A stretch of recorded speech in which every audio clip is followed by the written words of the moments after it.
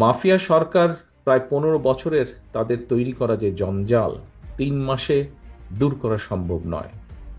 তবে 3 মাস পর সরকারের যে অন্তর্বর্তীকালীন সরকার তাদের সফলতা কিংবা ব্যর্থতা নিয়ে জনমনে প্রশ্ন ওঠা অনার্য কিংবা অস্বাভাবিকও নয়।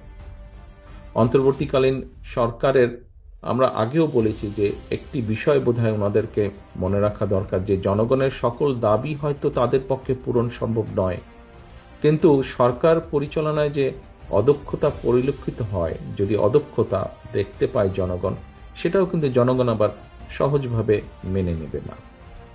আমি এর আগেও বারবার বলেছি, অন্তর্বর্তীকালীন সরকারের প্রতি আহ্বান জানিয়ে বলেছিলাম যে রাষ্ট্র মেরামতের কর্মযজ্ঞ সম্পাদন করতে গিয়ে অগ্রাধিকারের সেটিং যদি ভুল হয়, অর্থাৎ কোনটা প্রায়োরিটি দিবেন ওনারা সেটা যদি ভুল হয়, তাহলে কিন্তু জনগণের কাছে সরকারের অদক্ষতা হিসাবেই কিন্তু এটি বিবেচিত হবে।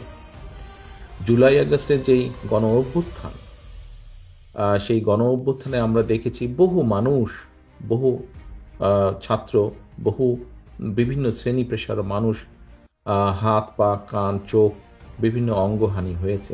আহতরা সুচিকিৎসার দাবি নিয়ে দুদিন আগে আমরা দেখেছি যে যেভাবে হাসপাতাল থেকে রাজপথে বেরিয়ে এসেছে, এটা কিন্তু সমগ্র দেশের গণতন্ত্র প্রিয় মানুষের জন্য, যারা গণতন্ত্র ভালোবাসেন, মানবাধিকারকে সম্মান করেন, আমাদের বিবেকবান মানুষ যারা, প্রত্যেকটি সাধারণ মানুষের জন্য এটা একটা অত্যন্ত লজ্জাকর দৃশ্য। স্বাভাবিকভাবেই প্রশ্ন উঠতে পারে যে জুলাই আগস্টের ছাত্র জনতার যে বা জনগণের যে গণ অভ্যুত্থান, আহতদের চিকিৎসা নিরাপত্তা কেন অন্তর্বর্তীকালীন সরকারের অগ্রাধিকার লিস্টের নেই, বা থাকলেও কত নম্বরে ছিল?